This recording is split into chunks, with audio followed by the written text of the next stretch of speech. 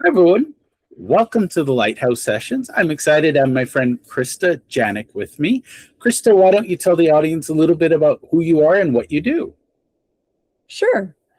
I work with speaker authors who've been 10 months away from finishing their book for the last 10 years. I'm also a beginner skier who just happens to be blind.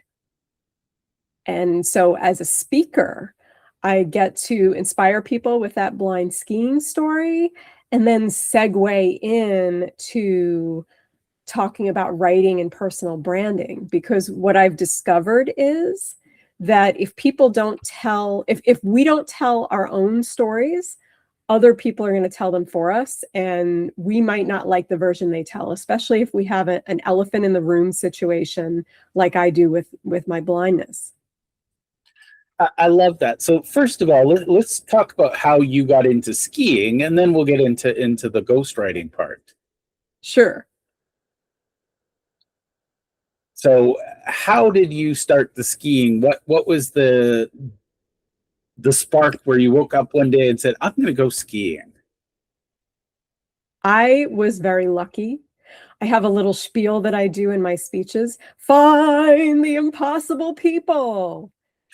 And the impossible people they sound like superheroes, right? But they're not. They're actually people who are doing the things that we think are impossible for us.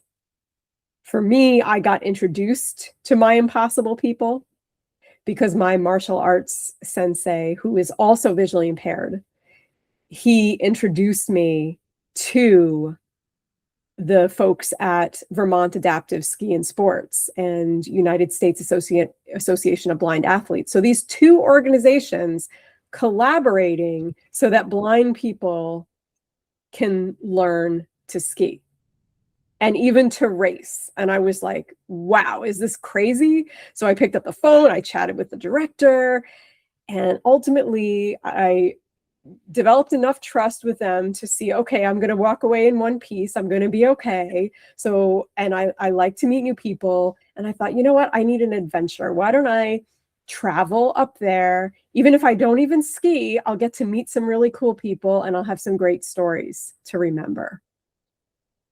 I love it. And so obviously, what was your first experience skiing like for you? Well, there's a certain amount of it that's no fun. I mean, you put on those ski boots, because I tried downhill skiing first, Okay. and the downhill ski boots are quite painful. That was my first experience, and then learning to balance on the skis, feeling the fall line under my feet, and being able to then stay as much as possible in the present moment. So feeling that fall line, the peppery snow on my face, the hearing that swoosh of the skiers going by. And ultimately, at one point during that first ski weekend, we didn't even make it up onto the ski lift yet. And the volunteer gave me that little push down that little hill, and I was like, wow, I'm skiing, I'm flying, and then I'm falling. And I got back up to ski again. So yeah, there was loads of falling, loads of getting back up.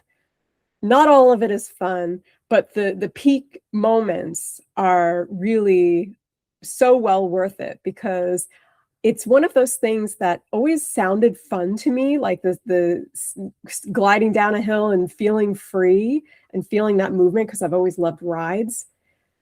I never thought that I would be up there on a hill skiing until I just happened to get introduced to this whole community of people that are doing something I didn't think was possible.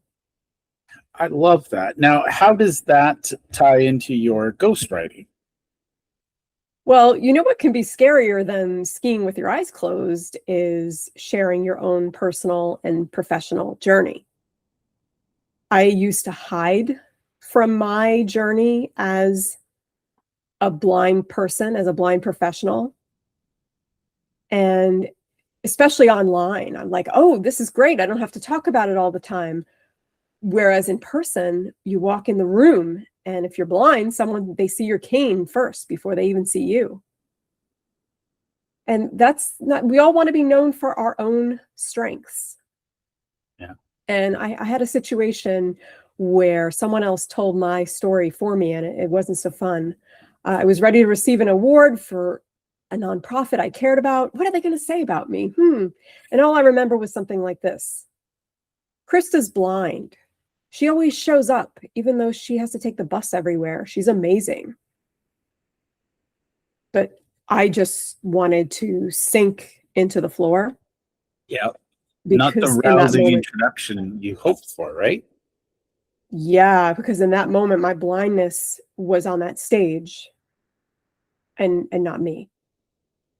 I don't even remember the rest of what she said. She may have said some wonderful things, but I was just totally taken out of the moment because of the way she started.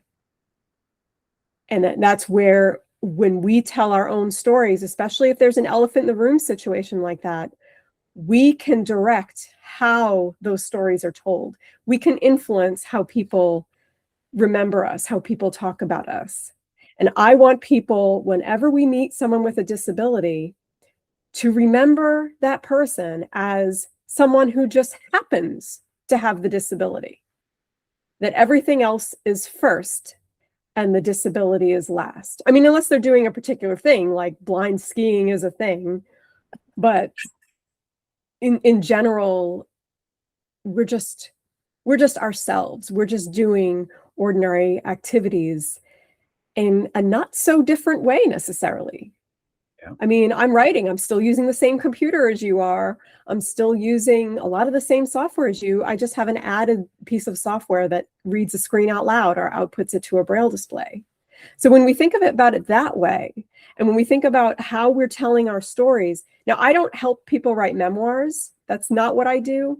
I help you leverage your untold stories for your success, to achieve your goals. So for example, as a speaker, you might want to be known for something more refined so that you can say, I wrote the book on XYZ, so that you can get those specific types of speaking engagements that maybe weren't as open. I mean, I've noticed not every situation, not every speaker needs a book. However, I've noticed there are situations where a lot of times the only people who speak are those who have written a book. There are conferences like this. There are events like that. Yeah. Well, I'm finding I talk to a lot of event planners, and the way I see it, having a book makes it easy. Not having a book, oh, we got to think about it. We got, there's more to it. So a book just opens doors that most people wouldn't see. Now, let's go back to you telling the story, because one of the things, I want to touch on, you said you don't write memoirs, because a lot of people come to me and say, I want to write a memoir. And it's like, what have you done that anybody would care about? Again, no offense, but when we're talking about a professional speaker, what kind of book do you believe they should write, rather than a tell-all or, when I was 3, this is what happened to me? It's not that we don't need to bare our souls. That's not what this is about. It's more about leveraging the stories that made you who you are today for your clients, for your customers, for your audience, for your people. How have your experiences shaped you to be the person that you are, to have the ideas that you have, to have the vision that you have? So that's why it's not about memoirs. And also, a lot of the times memoirs don't sell well unless it's someone famous, unless you have an extremely unique story. However, books that you can hand out at speaking events, books that maybe you can use to network, you can drive traffic to them, books that share information that the reader can use right now, and that share the stories, the behind the scenes of how you got where you are, that you can help the reader. That's what I'm writing. I love that. Now, what does working with you, what's that process? Because I think a lot of people will say, so first of all, ghostwriter to ghostwriter, I get a lot of people saying ghostwriting is dishonest. I disagree. But what is working with you? What's that process? Because I think a lot of people are mystified by how big and complicated and scary it can feel. So the way that we start is with a Your Book, Your Goals strategy session. That's actually what I call my little opt-in that I submit to giveaways in various places, Your Book, Your Goals, because we don't want people to write the wrong book. If you have a specific goal, like getting book to speak, we want to make sure that you're gearing your book toward those event planners that are booking you to speak.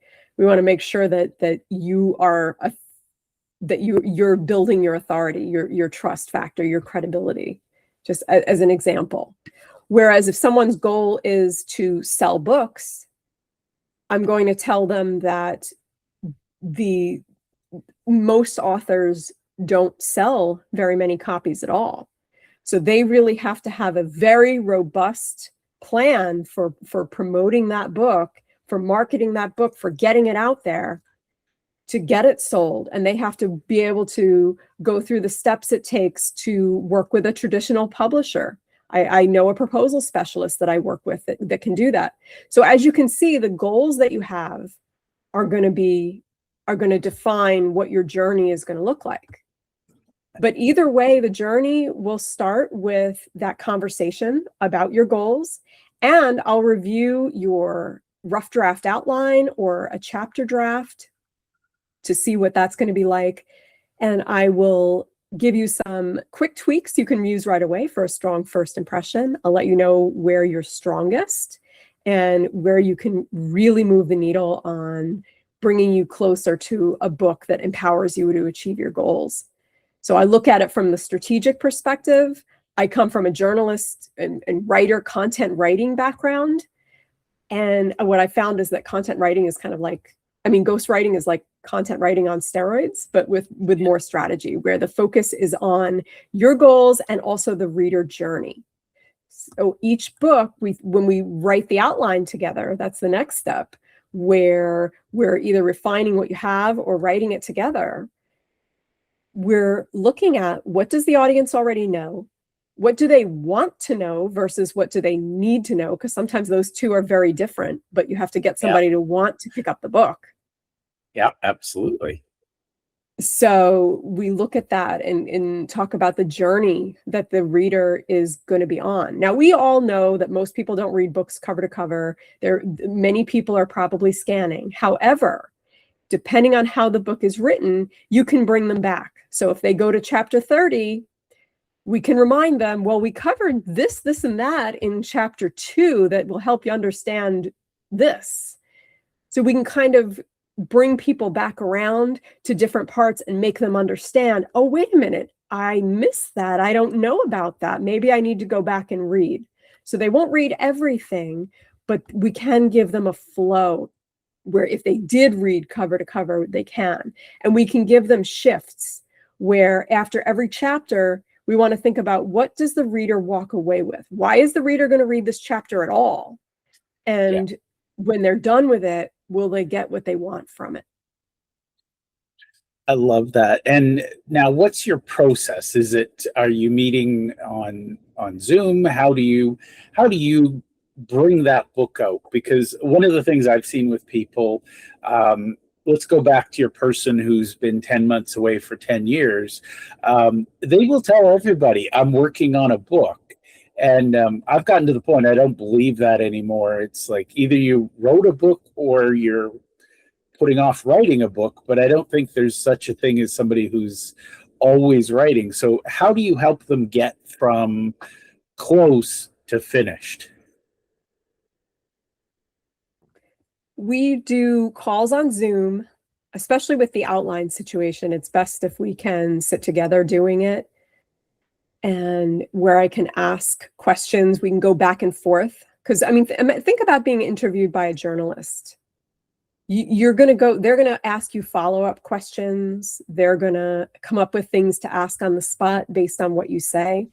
So that's best done live. However, and throughout the book, we'll also have sessions on the chapters. However, if you already have background materials, it can make this the process more efficient for you, more affordable for you as well, where you can have your content, and I can read the talks that you've already given. I can look at the presentations that you've done. I can listen to the voicemails that you leave on my Wise Words idea line, that maybe just 2 a.m. you call the hotline and you leave ideas. Hey, I had this idea. And that's also the benefit of the outline, is that you can, if you wanted to, especially as a speaker, you could speak a book draft into existence by following the outline. Yeah. You can speak on bullet points. You could say, oh, I'm going to do this bullet point today and that bullet point tomorrow and this story another day. So as we go, we have the basic working outline created in the beginning, but as we go, we're going to be refining those chapter outlines. And we're going to be thinking about what stories can we include? How can we bring the reader in? How can we give some behind the scenes tips or advice that can only come from you? I love that. I think a lot of people, I'm going to ask for your opinion, but a lot of people I've met, they bring everything and they're like, okay, I want all of this in the book. And yeah, I find that most of my job, and I assume yours, is saying no to things. It's, taking this out because it doesn't fit, polishing that because it's too long. Is that a fair assessment? it's bringing them back around to the reader. Sometimes I feel like a broken record in that I'm asking the same types of questions in different ways, but I'm drawing out, what does the reader want to know now? Why is the reader interested in this chapter? What does the reader already know, so that we can talk to them with that background knowledge in mind, so we can say, yes, well, it goes without saying that X, Y, Z. However, also It needs to be ABC, said. and here's why. I love that. Well, I want to be mindful of your time. How can people connect with you, learn more about what you do, and maybe talk to you about working together? Sure. I can offer my opt-in, my Your Book, Your Goals. It's a free guide, 8 critical questions for speaker authors. I can offer you that. And you'll also have the opportunity, when you get that free guide, to schedule a consultation with me, a Wise Words strategy session. So we can actually go over your book, your goals, your outline, your chapter draft, and make that work better for you. I love it. Now, I'm going to add a little 2 cents at the end, and I want you to chime in. But I would say if your ghostwriter isn't talking to you about your goals and your audience, you probably shouldn't be working together. Is that fair? Yes, I would say that's fair. I love that, because I have a lot of people who are like, oh, I'm going to write a book. Okay, who's it for and what do you want them to do? I don't know. Don't write the book. Yeah, I think you'll be woefully disappointed if you just write a book based on what you feel like writing. I think you'll be woefully disappointed with the results. Whereas if you write the book based on what they need and what they, most importantly, what they want, you'll be much happier with the results. So I'm Wise Words That Matter. I'm Krista Giannak on LinkedIn, and wisewords.matter.com is my website as well. Awesome. Well, I want to thank you for being here, and we'll say special shout out to Michael Lighthouse for bringing us together. So thank you for hanging out with me, Krista. Thank you so much.